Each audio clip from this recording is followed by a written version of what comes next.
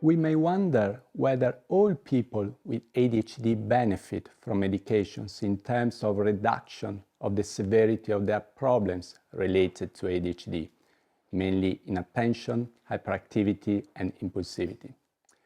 The answer is no, but the majority does benefit. Numbers vary from study to study, but we can say that based on randomized controlled trials, roughly 40% of children treated with stimulants respond equally well to amphetamines or methylphenidate. 30% respond better to amphetamines. 15% have a better response to methylphenidate, and roughly 15% do not respond to either medication. Furthermore, about 50% of those who do not respond to stimulants do respond to atomoxetine. Of course, these numbers should be taken with caution, as usually randomized controlled trials tend to exclude individuals with specific characteristics, for instance, intellectual disability, who may respond less well to ADHD medications. So, what do you do if a patient has not responded to a medication for ADHD? Before quickly switching to another medication or associating two or more medications, it is important to make sure that you have used correctly the first medication. This means using the right dose at the right time of the day, as explained in the previous video. If the dose and coverage seem appropriate, before moving to another medication, it is crucial to check the following. First, are you targeting the right symptoms? Sometimes parents or teachers may say that the medication does not work, but actually they refer to symptoms that are not the target of ADHD medication.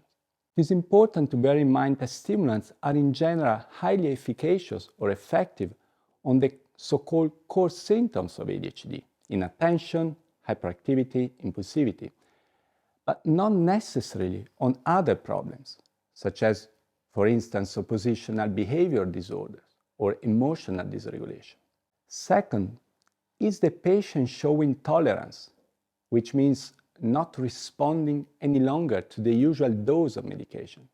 Indeed, evidence from clinical studies showed that you need to increase the dose of stimulants over time in order to maintain the therapeutic response. Additionally, neuroimaging studies point to an increase in the dopamine reuptake receptors in adults with ADHD treated for up to 12 months with stimulants. This evidence suggests that tolerance may happen during treatment with stimulants, but more research is needed to gain a better understanding of the exact percentage of patients who develop tolerance, their clinical characteristics, and how to manage tolerance effectively.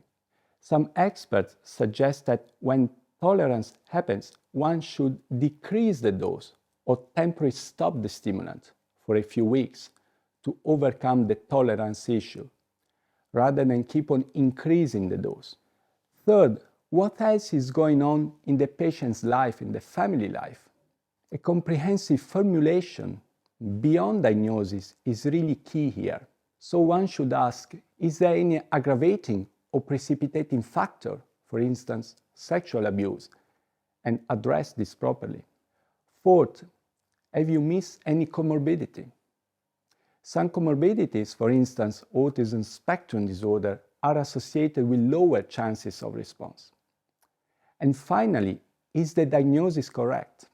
If all these seems not to be the case, then second and eventually third line medication should be considered. This depends, of course, on the availability of medications in your country. For instance, in the UK, the NICE recommends lisdexamfetamine or other amphetamines after an unsuccessful trial of methylphenidate, followed by the third line option, which includes atomoxetine or guanfacine extended release.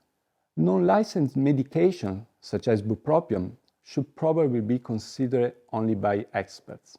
There is not much evidence on the effectiveness and tolerability of combination of medications to treat the core symptoms of ADHD. However, it should be reminded that in some countries, for instance in Canada or the United States, guanfacine extended release is approved both as monotherapy and adjunct to stimulants. According to anecdotal experience, the combination of methylphenidate and guanfacine extended release may benefit not only the core symptoms of ADHD, but also associated emotional dysregulation. According to a randomized controlled trial, guanfacine extended release is slightly more beneficial when added to stimulants in the evening rather than in the morning. The combination stimulant atomoxetine is also used by some clinicians, but there is no solid evidence to support the efficacy of this combination. However, available data show it is overall safe, even though blood pressure and heart rate should be carefully monitored. Some clinicians also use low doses of the so-called antipsychotics, such as risperidone or aripiprazole, associated with stimulants, in particular to control emotional dysregulation and aggressiveness. Interestingly, a randomized control study found that with appropriate doses of stimulant and behavioral therapy, one may effectively treat irritability in around 60% of patients. However, 40% did not respond in terms of irritability. For these, risperidone or divalproex sodium were equally effective in that study. So, to summarize, when you don't have a good response with the first ADHD medication, rather than rushing in switching or adding other medications, think if you have used correctly that medication. And importantly, make sure you have done a good diagnosis and a good formulation.